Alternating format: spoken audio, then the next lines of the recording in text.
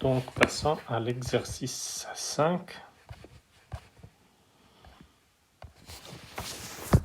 Alors, on prend A et B, deux parties non vides majorées de R. Alors, il faut montrer que le sup de A union B est égal au max de sup A sup B. Alors, donc, nous savons que le sup est le plus petit des majorants. Donc, il faut comprendre quels sont les majorants de A union B. Donc,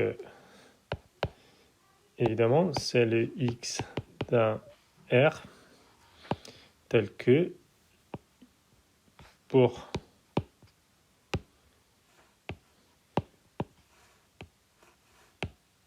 tout A d'un A, tout B d'un B, X est plus grand que A et X est plus grand que B. OK? Et donc, exactement grâce à cette description-là, on en déduit que les majorants de A réunion B sont l'intersection des majorants de A avec les majorants de B. Parce que c'est les réels qui doivent être plus grands de tous les A et tous les B. OK? Donc, du coup, oui.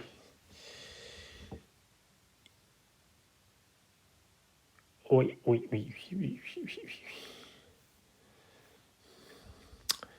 Donc, qu'est-ce qu'on doit faire? Voilà.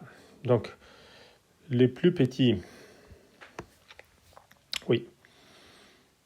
Le plus petit de ces majorants, donc,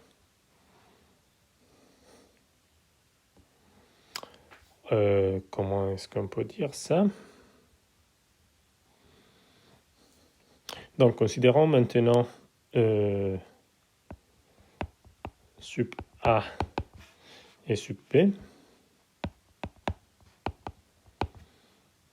OK. Or, soit ils sont égales. Bon, donc il n'y a pas trop à montrer. Et disons, supposons que sup A est plus grand ou égal que sup B. OK? Mais c'est pareil, j'aurais pu faire l'inverse. C'est juste un choix. Alors,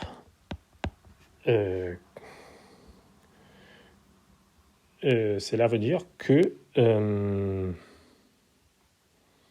sup A est un majorant de B. OK? Parce que si sup B est le plus petit majorant de B, alors sup A est forcément aussi un majorant de B. Et donc,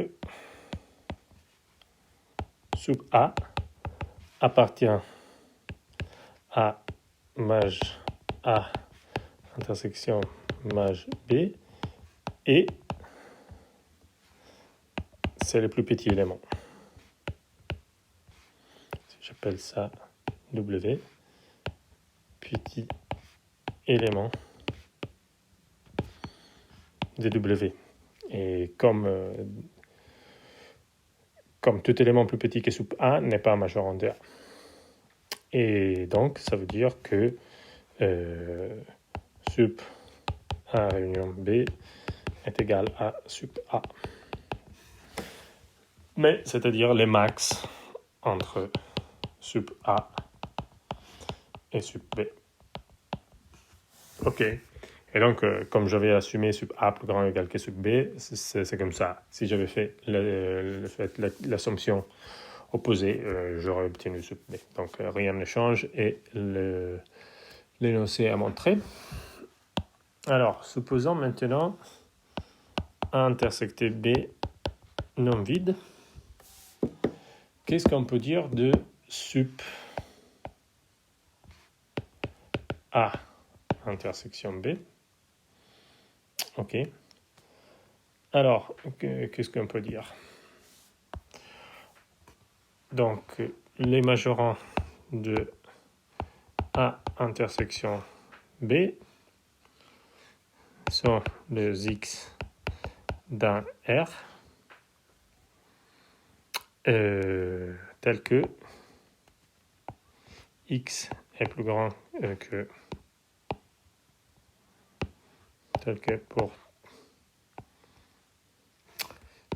on va l'écrire proprement.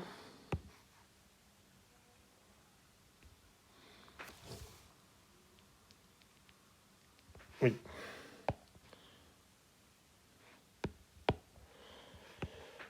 Pour toute Y appartenant à A intersection B, X est plus grand ou égal que Y.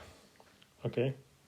Donc ce n'est pas nécessaire que X soit plus grand ou égal que tous les éléments de A, ni de tous les éléments de B. Ok?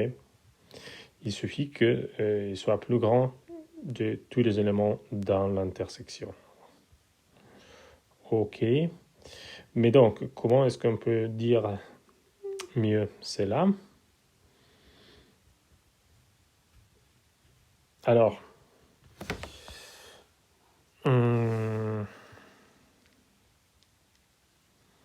supposons encore une fois que sup A soit plus grand ou égal que sup B. Ça, c'est arbitraire, on peut le faire. Et